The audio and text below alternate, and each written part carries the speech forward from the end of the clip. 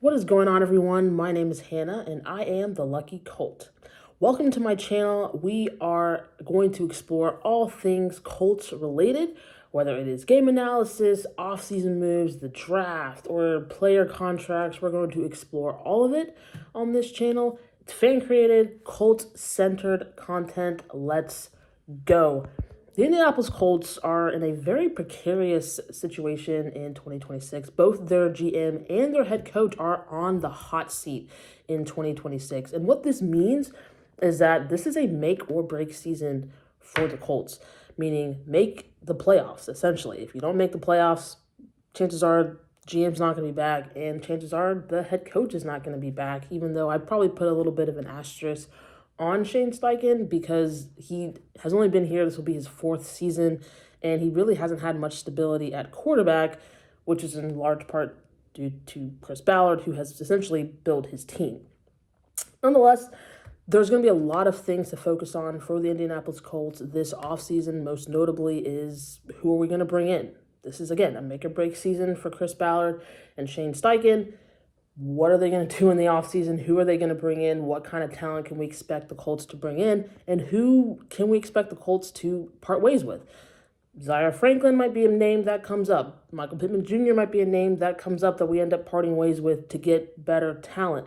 Max Crosby is a name that's floated around there that the Colts might pursue. I think he's a little bit expensive, but that would be an outstanding playmaker we could definitely use on our defensive line.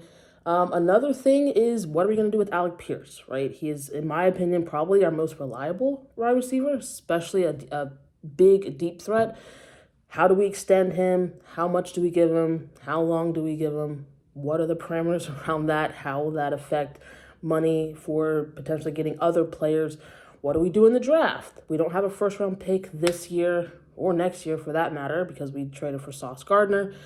What do we do in the draft? I think we honestly should just go defense across the board. Maybe get an offensive lineman in the 5th or 6th round. But I think defense is a big area of focus for the Colts in this upcoming draft.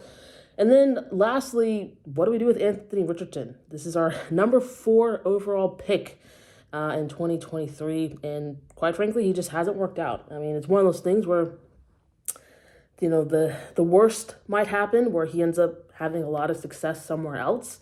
But the fact of the matter is that he just hasn't had success here. And it's one of those things, especially if the Colts do end up bringing Daniel Jones back, which I expect the Colts will bring Daniel Jones back regardless of whether he's available. I think they said maybe potentially training camp he's available. I don't know about that, but the point of the matter is if the Colts are going to go all in with Daniel Jones, I don't see any place for Anthony Richardson here, especially with how Riley Leonard played, who was their third-string quarterback last year. He played really well.